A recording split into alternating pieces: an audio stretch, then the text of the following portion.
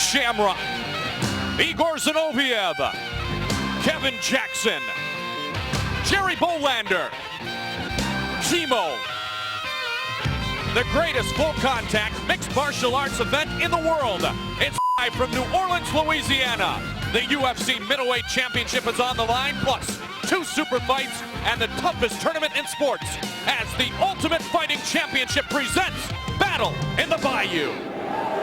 Here we are inside the Poncha Trade Center in New Orleans, Louisiana, returning to the United States after a highly successful global adventure in Shin, Yokohama, Japan. It is the ultimate in fighting, the Ultimate Fighting Championship. Hi again, everybody. I'm Mike Goldberg. I'm happy to be with you tonight with my partner, the Olympic gold medalist, Jeff Blatnick. Not 1, but 2 super fights, a lightweight tournament for the first time, and yes, the defense of the middleweight championship by Frank Shamrock. Well, that's the headliner. Frank Shamrock versus Igor Zinoviev. Perhaps one of the best submission athletes in the world, submission fighters, taking on probably one of the best survivors in the world in Igor Zinoviev.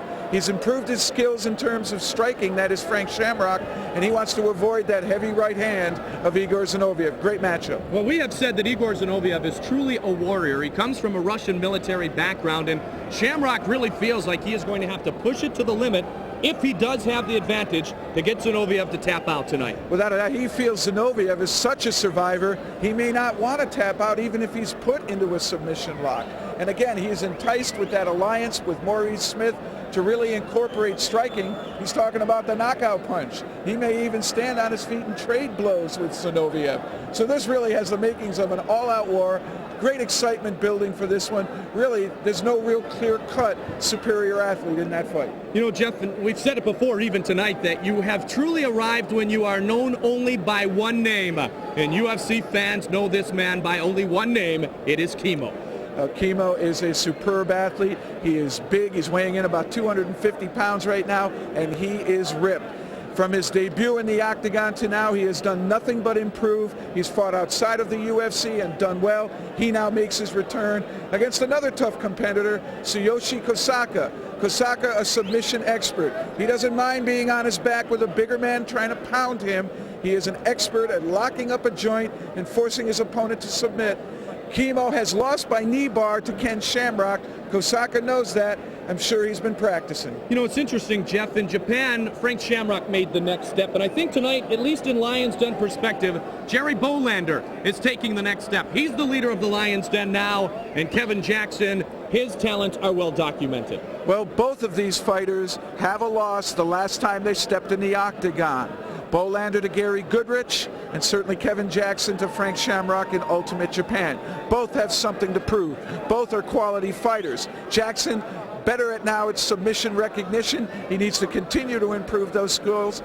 Bolander has improved his all-around game. He is young, he is maturing, he is continuing to get better. This one really positions the winner for moving on to a challenge for the middleweight title. Well, you have to win to move on for a challenge in our first ever lightweight tournament, 169.9 pounds and below of pure steel and raw guts. Well, Burnett, Taddeo, Miletich, and Saunders, you're talking about great people in terms of skills on the mat in submission. Burnett, a power lifter. Saunders, a silver medalist in the Olympics in 1996. And Miletich, a combination submission artist. Learned striking, but he also has a wrestling past. From top to bottom, perhaps the most competitive card in the UFC. Mikey Burnett said that. He said this is going to be outstanding, and he looks forward to competing. A special night where Tank Abbott will join us. We'll also check in with Mark the Hammer Coleman and check in with our third man on the crew, none other than Joe Rogan. Guys, I am backstage, and this is a hell of a card. Everybody's pumped, and I think a lot of this has to do with the new matchmaker, John Peretti, putting the lightweight tournament in. We got Taddeo here from Brazil, and he's going to be fighting Mikey Burnett. Now, all the Lions Den guys are always supportive of their fighters, but what they're saying about Burnett is that this guy is just phenomenal. You have to watch him. We got Townsend Sanders. We got Pat Miletich, who's also a veteran, against Townsend Sanders, who's an Olympic wrestler. I mean, this is just an unbelievable card, along with Chemo, along with Kevin Jackson fighting Jerry Bolander, and then Frank Shamrock fighting Igor Zinoviev. This is like the most unbelievable card we've had in a long time. This is going to be, I think, one of the best UFCs ever, and everybody backstage is pumped. This place is buzzing, and I think it's going to be a hell of a show. Back to you guys.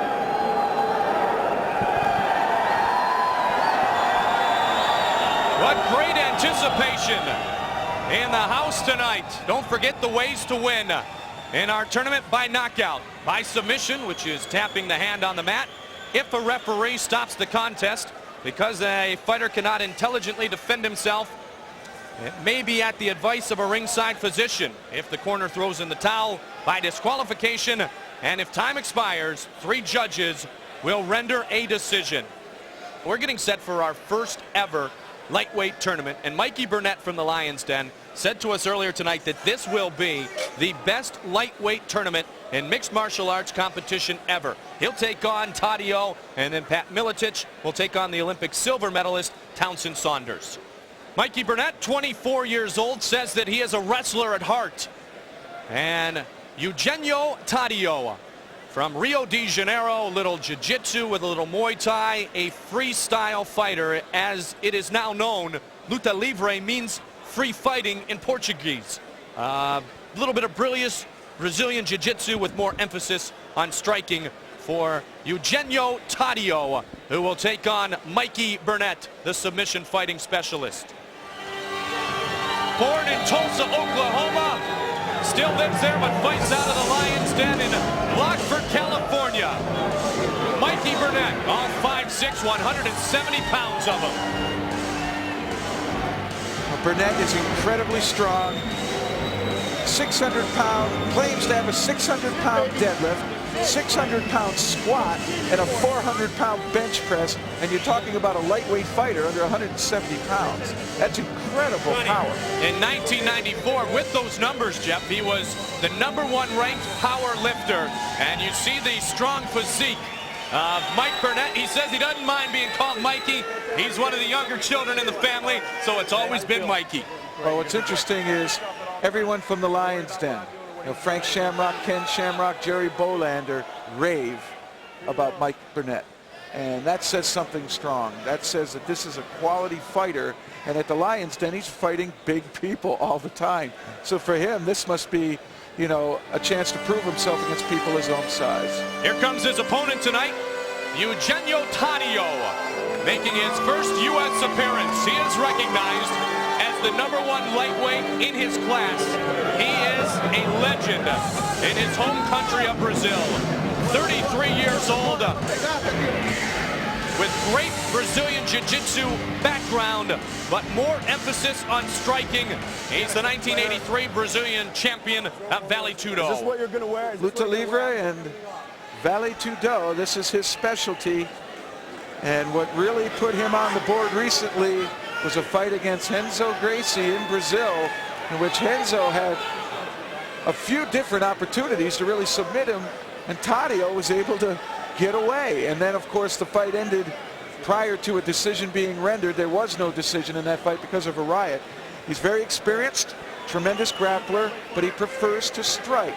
And this is his first appearance in the octagon, but don't be fooled by that. He's well versed in this type of fighting. Well, he'll have the acclaimed Brazilian heavyweight Hugo Duarte in his corner, and it is said that Eugenio Tadio has a style similar to Marco Ruas. He's much older than his opponent, Mikey Burnett, but the size is very similar, Jeff. Just 10 pounds difference in the weight classes and a couple inches in height, so no reach advantage as we had. They're both short, they're both powerful, and this should start our toughest lightweight tournament ever. For more on it, let's check in with the voice of the Octagon, Bruce Buffer.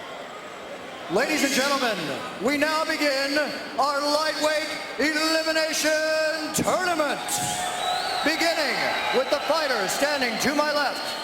He is a submission fighter and former freestyle wrestling state champion. He is also a Greco-Roman national champion. He hails from Tulsa, Oklahoma, and is fighting out of the Lions Den in Rockford, California. Standing 5 feet 6 inches tall and weighing in at 170 pounds, please welcome Mike Burnett. And the fighter standing to my right, he is the #1 ranked Luta Livre fighter in Brazil and a former Brazilian Vale Tudo champion. Making his first appearance in the United States, he stands 5 feet 8 inches tall and weighs in at 160 pounds. Coming all the way from Rio de Janeiro, Brazil, please welcome Eugenio Taddeo. And when the action begins, our referee for the evening is Big John McCarthy. And working this fight still will be Joe Hamilton. Big John will be a big part of our matchups tonight. Mikey Burnett, Eugenio Taddeo. Taddeo fights with reckless abandon. Mikey Burnett did admit he's got nerves a little, but he's more confident since fighting out of the Lion's Den. Hamilton backs him up, and we're getting set to get it started. Here's Joe Hamilton. Here we go. The lightweight tournament is underway. Taddeo says he doesn't lead with a single foot. He goes either way, but he's definitely leading with his left foot here. His right hand's probably his power hand. He says he's got power with both. Burnett said we both fight a lot alike. We're both grapplers. And to the ground it goes. And Taddeo did a great job going under the punch. But Burnett was able to get out, immediately get back to his feet. And slugging. The speed of these guys is so much different than the big guys. Taddeo, a very experienced fighter. He's fought 2 Gracies in his career. The aforementioned battle that Jeff talked about with Renzo Gracie. He also fought against Royler Gracie in a private challenge. Which ended in a draw, by the way. Tonight is Mikey Burnett. Tough competition, and boy, I'll tell you, they're sitting there trading. They are trading. Taddeo even adding a few kicks. Time limit on our lightweight tournament, 12 minutes, no overtime. Here we go. Still delivering. Taddeo got hit there again.